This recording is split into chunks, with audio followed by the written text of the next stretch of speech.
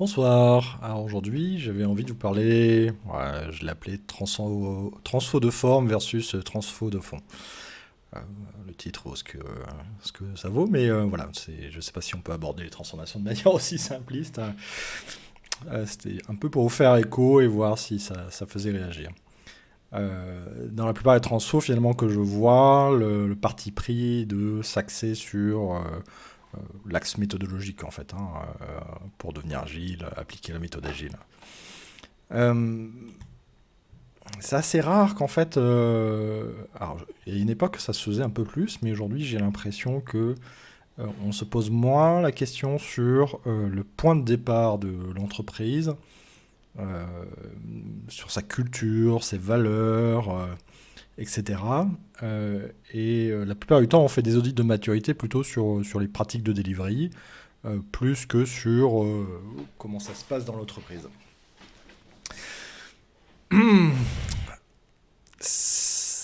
Voilà, donc du coup, on axe vraiment sur la partie delivery méthodologique et il y a peut-être quelque chose intéressant à se poser comme question de savoir si finalement l'entreprise est capable de switcher vers un mode agile plein et entier, on va dire, avec toutes les valeurs qu'on aimerait y trouver. Ou au contraire, il faut passer un peu de temps sur changer la culture, changer le mindset, changer, etc. On en parle souvent, mais de manière un petit peu dogmatique, en disant bah, l'agilité, c'est un changement de mindset, etc. Mais comment on accompagne ce changement, c'est pas toujours dit, c'est pas forcément explicité. Euh, voilà. Et je pense que faire le point sur finalement, est-ce que ma culture entreprise est propice à ça? Et si elle l'est pas, bah, par quelles étapes je passe pour accompagner le management, le produit, le métier, les équipes, etc. Pour qu'ils puissent aller dans cette compréhension d'une culture différente et puissent accaparer tout ça, quoi. Et dans les questions que j'aimerais poser au départ, c'est bah, peut-être qu'il est intéressant de voir quelles sont les valeurs de l'entreprise, mais les valeurs vécues, pas forcément les valeurs affichées. Un point intéressant aussi, c'est de voir quels sont les comportements face aux difficultés. Généralement, c'est là où on trouve le moins bon de chacun, c'est-à-dire quand on échoue, quand on rencontre une difficulté quelconque, hein, de prise de décision, de pas réussir, etc. Finalement, on peut se rendre compte qu'à ces moments-là, ben, on va avoir des comportements un petit peu automatiques autour de la sécurité, de la protection, pointage du doigt, etc. etc. Et c'est là qu'on voit vraiment quelle est la culture de l'entreprise aussi, hein, autour de ça. Euh, et du coup, qui peut nous amener quelques réflexions sur la mise en place de la sécurité psychologique ou non dans cette entreprise, et du coup l'effort à porter pour la mener. J'aimerais vous introduire rapidement la spirale dynamique, hein, je ne vais pas faire un cours parce que voilà, il y a beaucoup de choses à dire.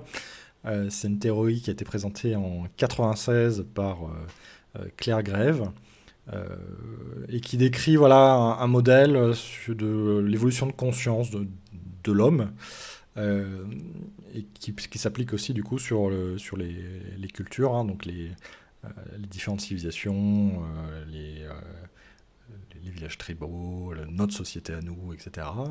Et on peut l'appliquer également sur les entreprises pour voir un petit peu à quel niveau ils sont et du coup qu'est-ce que ça donne comme mode de fonctionnement, comme habitude, comme culture. Voilà. Donc à chaque niveau de conscience, donc il y en a un certain nombre, hein, je ne vais pas tous vous les décrire, je vais plutôt décrire ceux qu'on on va voir le plus couramment dans nos sociétés. Bon, en tout cas, à chaque niveau correspond une couleur spécifique, voilà. On ne peut pas sauter de niveau, hein, on ne peut pas passer d'un niveau à l'autre comme ça, hein. On passe graduellement, étape par étape. Chaque niveau est soit un niveau avec un trait collectif ou un trait plutôt centré sur l'individu. Et on passera de collectif à individu, de collectif à individu, etc. etc. Euh, Qu'est-ce qu'on peut dire aussi? C'est un système holonique, c'est-à-dire que euh, chaque niveau contient les niveaux précédents.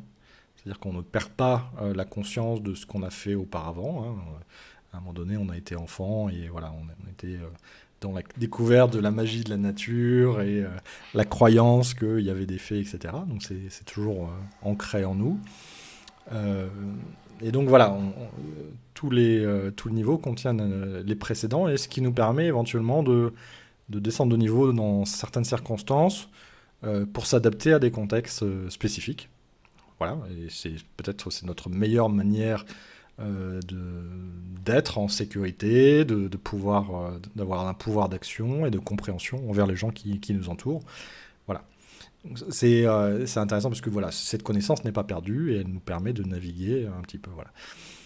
Euh, Par ailleurs, voilà, on a un niveau dans lequel on se trouve à date, qui est notre niveau de prédilection quelque part. C'est-à-dire que voilà, je suis vert, à un moment donné je vais descendre à orange parce que la structure qui m'entoure est plutôt orange et compétitif, hein, je vais revenir là-dessus après.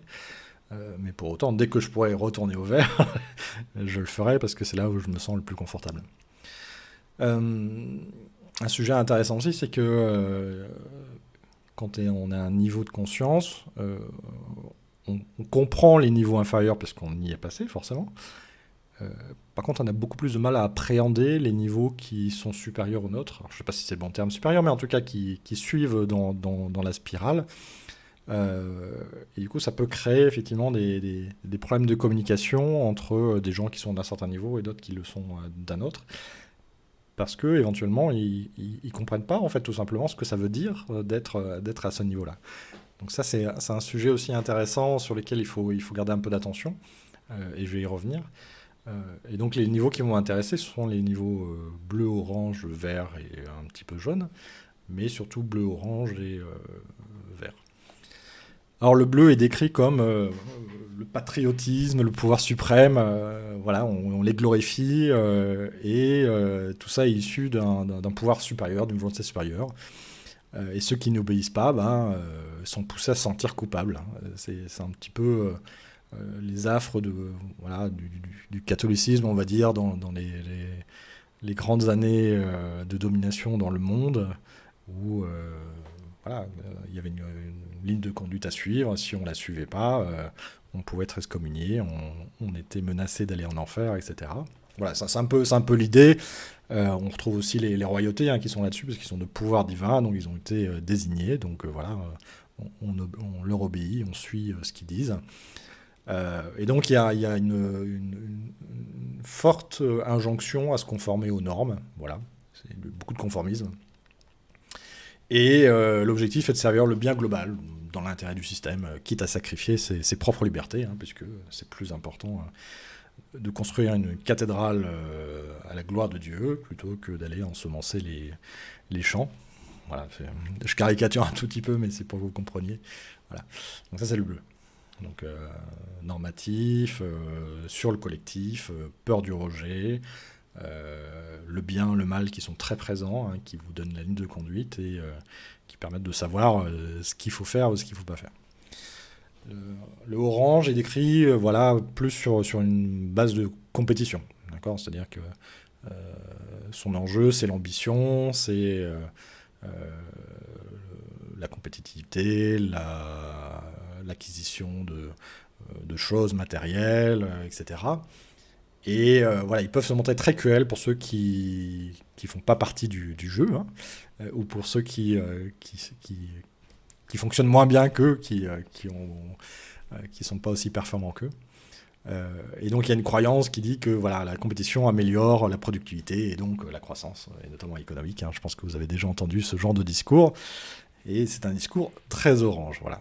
Le capitalisme, hein, est un bon exemple d'orange. Donc on est passé d'un monde de croyants, de conformisme, à un monde où l'individu prévaut. D'accord. On passe de collectif à individuel.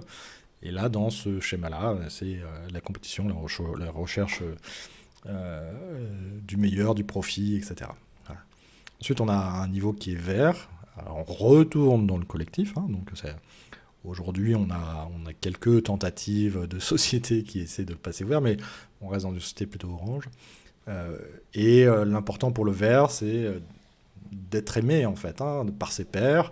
On a peur du rejet du collectif, on a besoin de la cohésion sociale. Euh, voilà, on parle de beaucoup de pacifisme, de diversité qui sont encouragés. Et l'harmonie est un sujet très important pour le vert, c'est-à-dire de se sentir bien avec les autres, sans heurter, sans conflit. Voilà, c'est ça le centre des motivations. Et du coup, voilà, c'est un petit peu bisounours.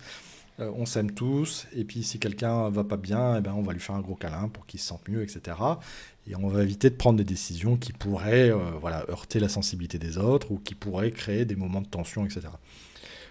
La conséquence de ça, c'est que les vers, bon, ils peuvent être aussi dans une sorte d'immobilisme.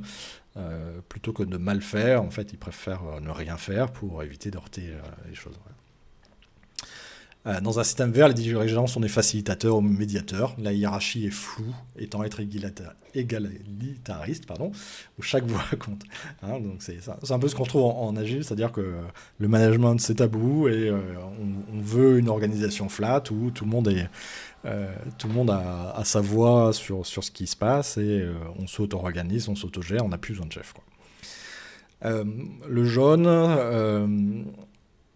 on retourne à un niveau individualiste, hein, du coup, hein, puisqu'on était dans du collectif, donc pas individualiste. Donc, il reprend conscience que son individualité est importante, mais tout en gardant conscience qu'il ne doit pas se séparer du collectif, parce que le collectif apporte beaucoup de choses, quoi. Donc, il y a une grande contribution. Il aime bien tester des nouvelles idées, et puis voilà, un petit peu dans cette excitation intellectuelle d'essayer des nouvelles choses, etc. Il a envie de changer le système. Il a une perception plus systémique que les autres, c'est-à-dire qu'il comprend que pour changer quelque chose, c'est pas juste la cause qu'il faut toucher, mais effectivement, éventuellement, le système dans son intégralité. Donc voilà, il a une vision plus large que les autres. Euh, voilà, et le changement, voilà, c'est ce qu'il dit, le changement devient d'ailleurs un processus d'organisation désiré et accueilli, donc il n'y a pas de souci par rapport à ça.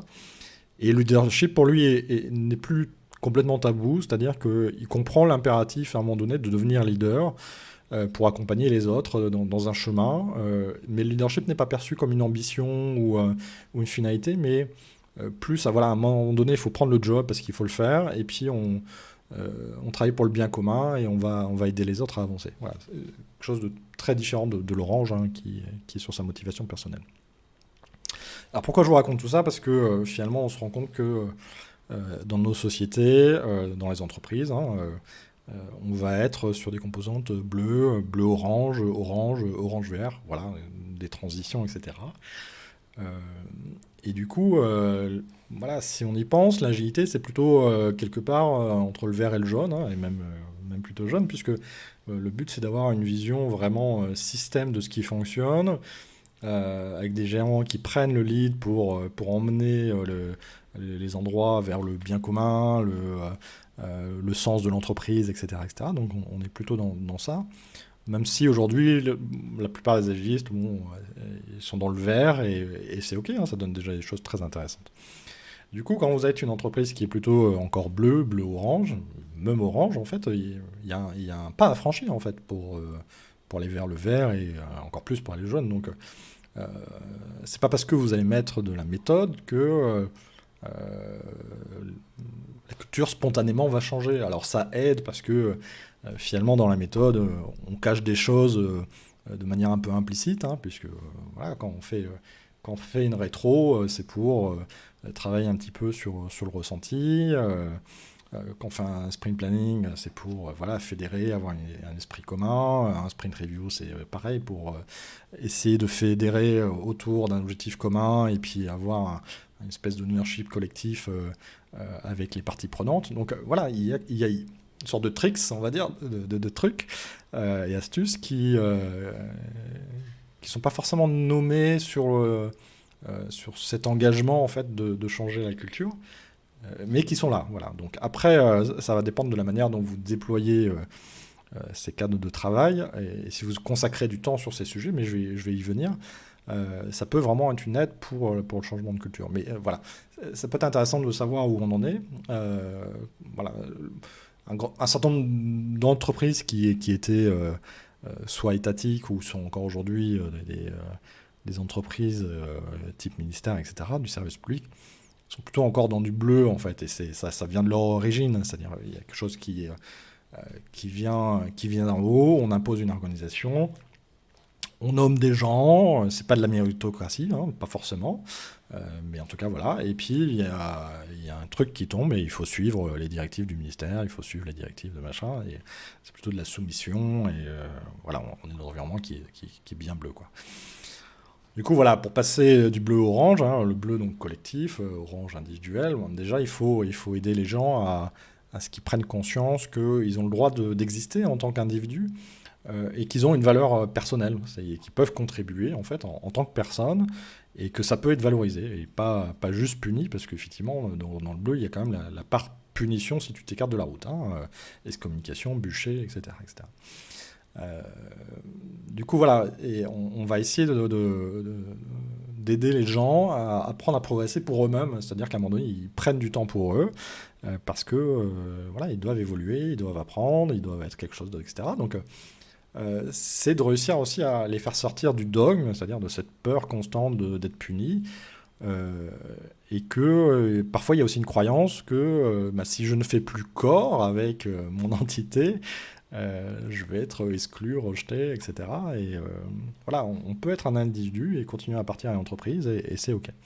Donc voilà, il y a sûrement de l'accompagnement autour de ça, et pour moi, c'est à ce moment-là, notamment hein, dans cette migration du bleu-orange, que tout ce qui est cadre de sécurité psychologique me paraît vraiment très important. Alors, le cadre de sécurité psychologique est important de manière générale, si vous voulez, mais il y a des endroits en fait où il n'est vraiment pas existant, et des endroits où il est facile à mettre en œuvre. Chez des Verts, le cadre de sécurité psychologique, quelque part, comme on cherche le bien-être, à pas heurter les gens, etc. On va beaucoup vous parler de bienveillance. Voilà, on saura l'appliquer assez facilement dans une entreprise qui est bleue et qui punit à tour de bras. Voilà, c'est quelque chose de plus complexe, donc du coup, voilà, il y a un accompagnement à faire sûrement auprès des managers sur la compréhension de tout ça. Je vais très vite, hein, peut-être que je ferai des vidéos spécifiques sur comment on passe réellement, et voilà, quelques astuces ou des pensées que j'ai sur le sujet.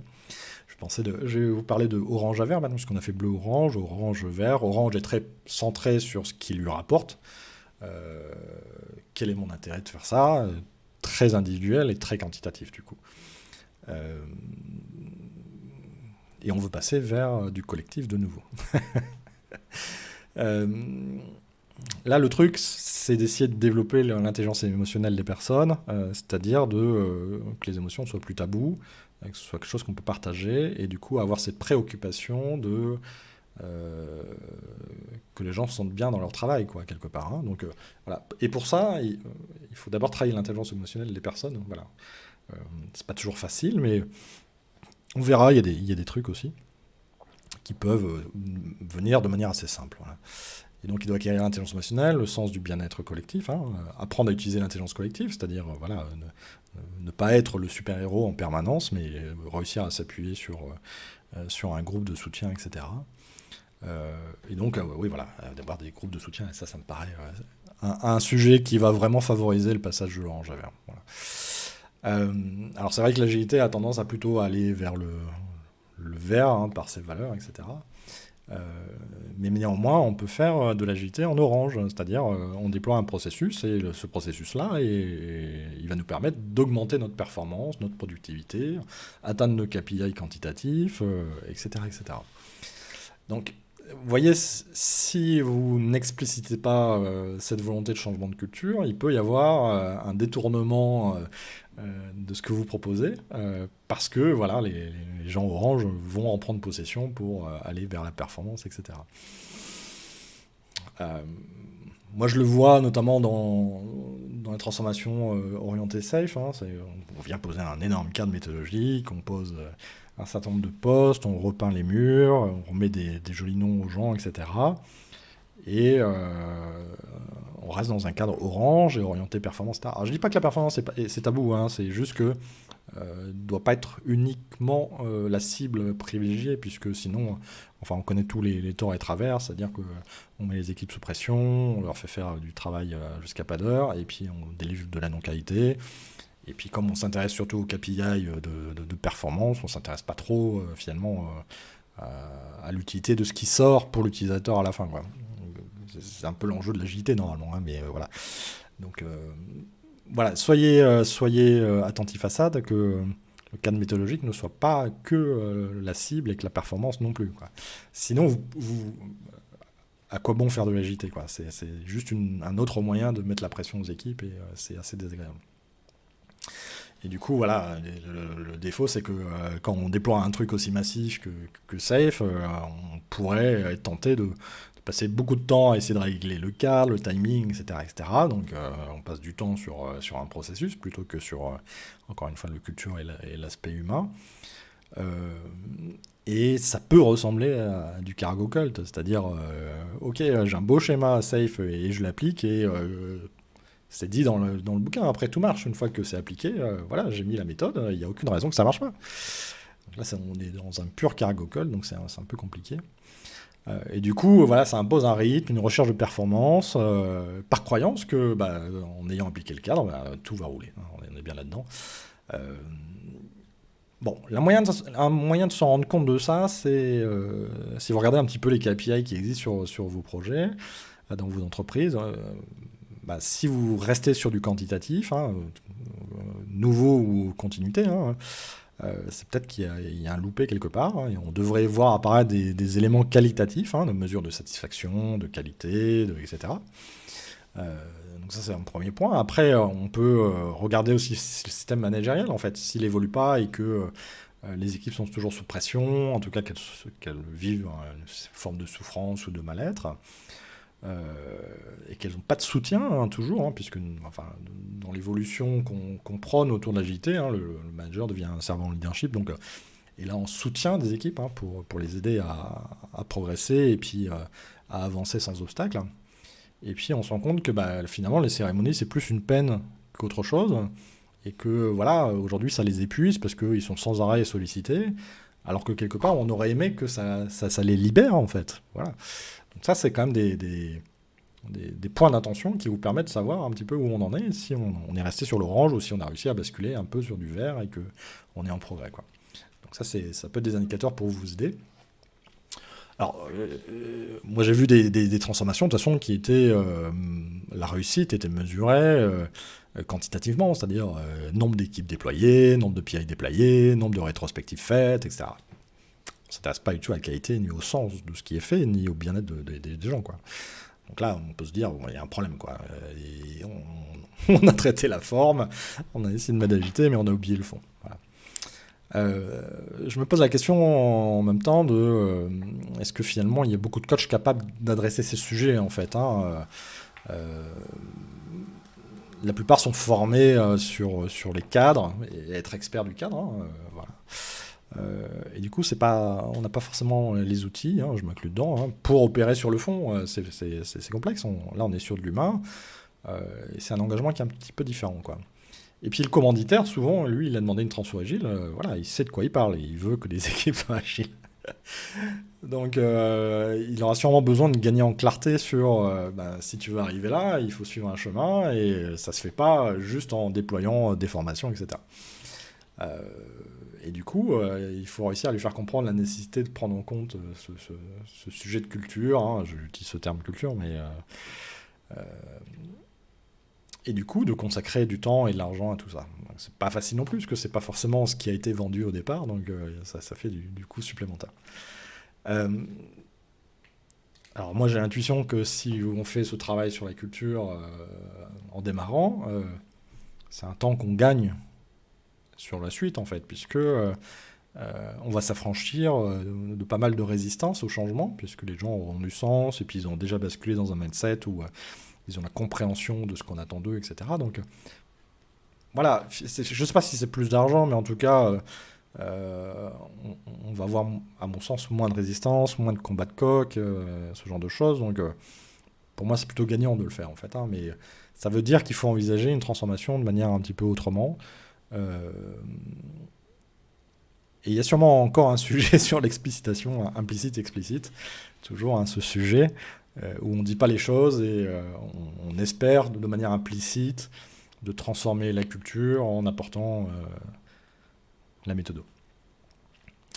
Ça me pose la question encore une fois de est-ce que les coachs ont conscience de cette nécessité de conduite de changement, voilà. Ou est-ce que dans l'implicite et l'intuitif, Ils ont, ils ont la conviction qu'il faut faire quelque chose, hein, parce qu'on parle souvent, voilà, il faut changer de mindset, etc.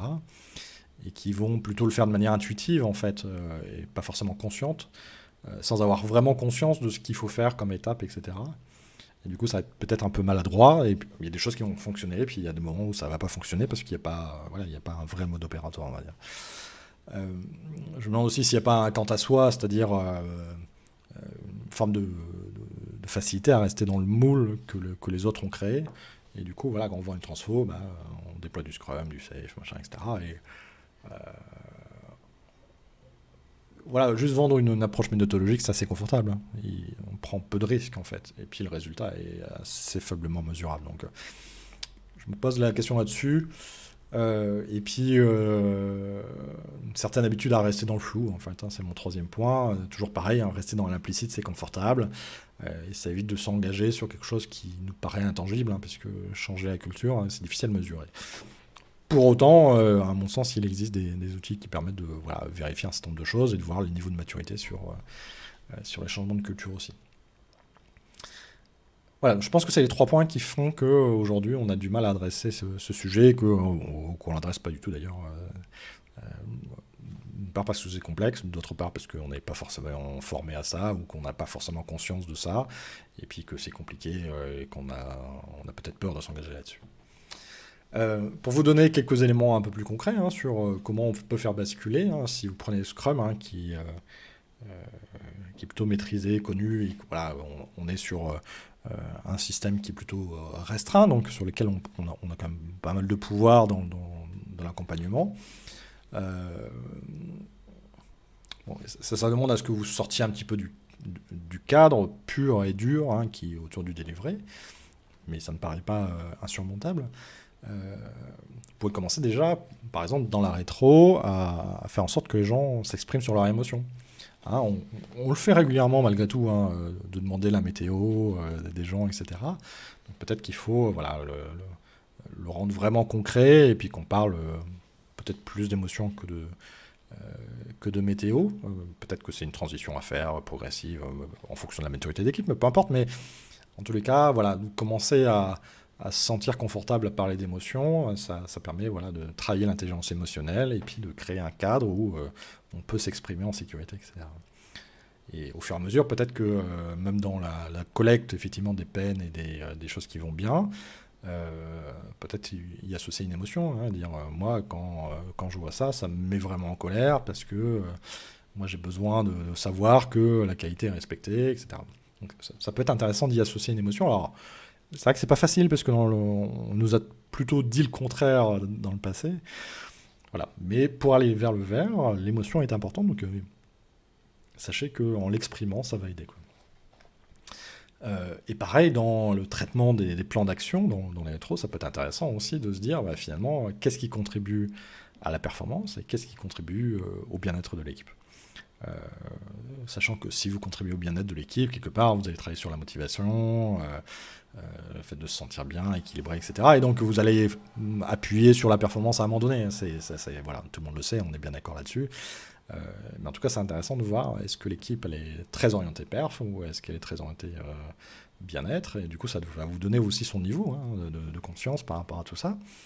Puis après, à vous de vous poser les questions de savoir si le système n'impose pas quelque chose qui fait que bah, les gens, de toute façon, ils sont tellement pétris de peur que seule la performance, en tout cas, d'atteindre les objectifs est important, quoi. Donc, ce sont des choses que vous pouvez aussi appliquer sur la review, hein, de faire un tour de table sur l'émotion avec les parties prenantes, etc.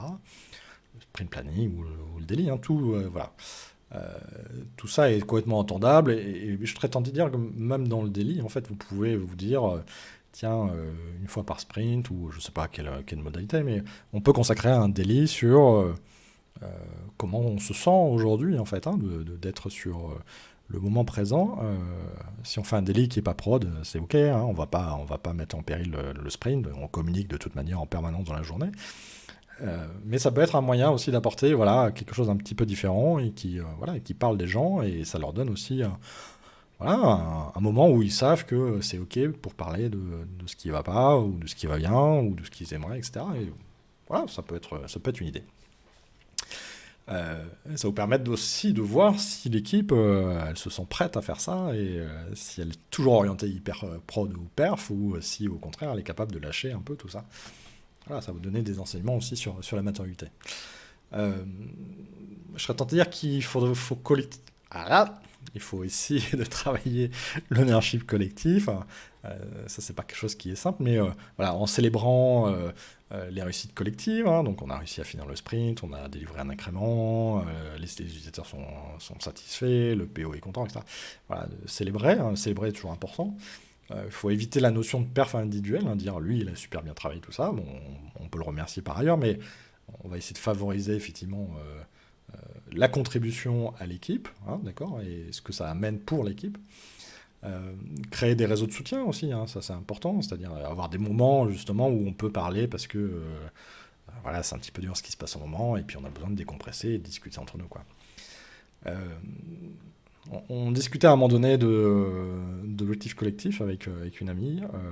C'est compliqué de passer d'objectif individuel à objectif collectif, hein, parce que l'objectif collectif, en fait, quelque part, il faut que chacun puisse s'y retrouver et du coup être potentiellement contributeur, en fait. D'accord. Si vous mettez un objectif collectif, je ne sais pas, sur amélioration de la technique, auquel le tech lead il va contribuer, et puis bah, les autres, bah, voilà, ils ont vu le tech lead, de toute façon, il prend le sujet, ils n'ont pas d'espace de contribution. Donc ça ne devient pas un objectif collectif, ça devient un objectif individuel. Si vous mettez plusieurs objectifs collectifs, et qui concernent des domaines différents, et ben, ça va aider les gens à trouver leur place et savoir où ils peuvent contribuer pour le bien-être de l'équipe, quelque part, hein. On est toujours là-dedans, c'est valorisation pour le bien-être de l'équipe. Donc voilà, si vous mettez l'objectif collectif, essayez de créer un panel un petit peu large pour que chacun puisse s'y retrouver dans sa contribution à lui, et de voir où il peut participer, peut-être à plusieurs, peut-être qu'à un seul, mais en tout cas qu'il ait cet espace de contribution collectif. C'est un sujet très compliqué, je y reviendrai peut-être sur une vidéo, mais je trouve ça assez intéressant comme approche. Il y a un sujet aussi alors, qui va peut-être vous fâcher, mais rendre les héros moins productifs. C'est-à-dire, on a des super-héros, des fois, sur les projets qui déchirent tout. Ça crée une sorte de... alors déjà, ça crée une individualité, hein, alors qu'on cherche le collectif. Euh, et ça peut créer une paralysie de l'équipe parce que, bah, de toute façon, il y a le héros qui est là, il va tout faire, et puis, etc. etc. Si vous lui donnez peut-être du temps pour faire notamment du pair programming, hein, parce que ça me paraît pour monter les gens en compétences et les valoriser, et passer du temps avec eux, etc. Voilà, c'est pour ça que je dis rendre les héros moins productifs, c'est que qu'ils passent moins de temps sur cette tâche de super-héros, ils passent plus de temps au collectif pour que tout le monde monte de niveau, comprenne les enjeux, comprenne comment il fait, etc., etc., et que ça devienne quelque chose qui soit voilà, plus collectif et plus sympa. Euh, voilà. Voilà, ça va diminuer la distance entre les personnes, hein, ça créera plus de collectifs. N'oubliez pas l'informel, hein, les cafés, les moments conviviaux, les espaces de parole, tout ça, ça crée des choses aussi pour le collectif. Euh, voilà, ça me paraît intéressant de vous présenter tout ça. Euh, alors, je mettrai un petit point de vigilance voilà, pour les gens qui accompagnent, hein, Scrum Master ou coach ou peu importe. Euh, si vous ne sentez pas de faire cela, d'accord, et c'est ok, hein, j'ai pas d'exigence particulière, je vous propose des pistes, etc. Mais malgré tout, posez-vous la question de savoir pourquoi vous ne sentez pas de faire cela. Qu'est-ce que ça, en quoi ça résonne chez vous? Pourquoi ça résonne chez vous? Parce que finalement, quelque part, si vous-même, vous n'arrivez pas à vous donner l'autorisation de faire ça, c'est qu'il y a sûrement dans le système quelque chose qui contraint, ou qui est là, qui est présent, qui fait peur, ou qui angoisse. Et si vous le ressentez, bah, l'équipe, fatalement, là aussi, hein, c'est une évidence, hein, c'est quelque chose de systémique. Si vous ressentez quelque chose, l'équipe le ressent, hein, c'est inévitable. Donc voilà, donc posez vos questions. Tiens, si je ne peux pas faire ça, euh, d'où ça vient? Comment je gère ça? Et seulement après, vous pourrez le faire, quoi. Et voilà, quels sont les éléments qui viennent vous percuter, voilà, et qui vous contraignent? Voilà, donc il faut prendre un peu de recul sur ses ressentis, se dire, bah, tiens, là, quand je fais ça, je me sens mal à l'aise, en fait. J'ai peut-être de la peur, manque de confiance. Qu'est-ce qui se joue pour vous, quoi? pression, peur pour l'image, désobéissance, etc. Donc, si vous vous sentez en inconfort, en fait, comment vous pouvez emmener les gens dans quelque part? Euh, c'est compliqué. C'est compliqué. Donc, essayez d'imaginer pourquoi il y a cet inconfort. Alors déjà, bah voilà, si vous le sentez pas, vous le sentez pas. Hein, je vous force à rien, mais ça peut être intéressant de prendre du recul. Alors peut-être se faire superviser ou se faire écouter par un coach pour déterminer d'où vient cette peur, cette crainte, etc. Euh, et pour voir bah, finalement quel élément du système vient perturber tout ça.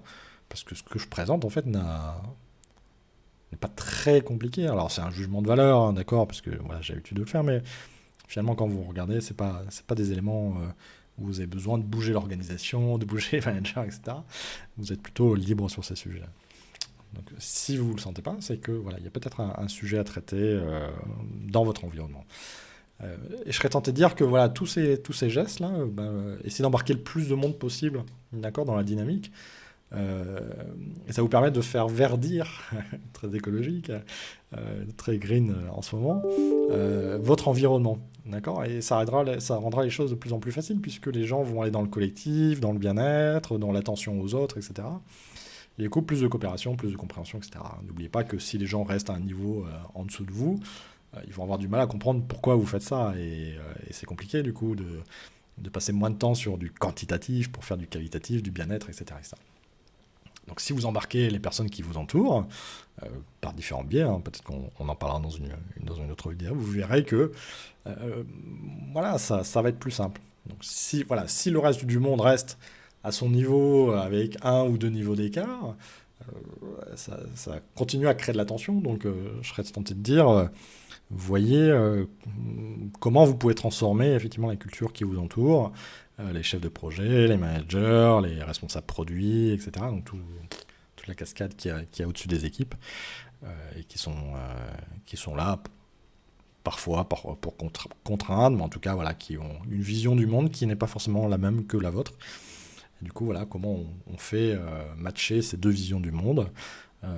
C'est tout un sujet très intéressant, mais du coup, voilà, ça concerne la transformation que j'appelle de fond, plus que la transformation de forme.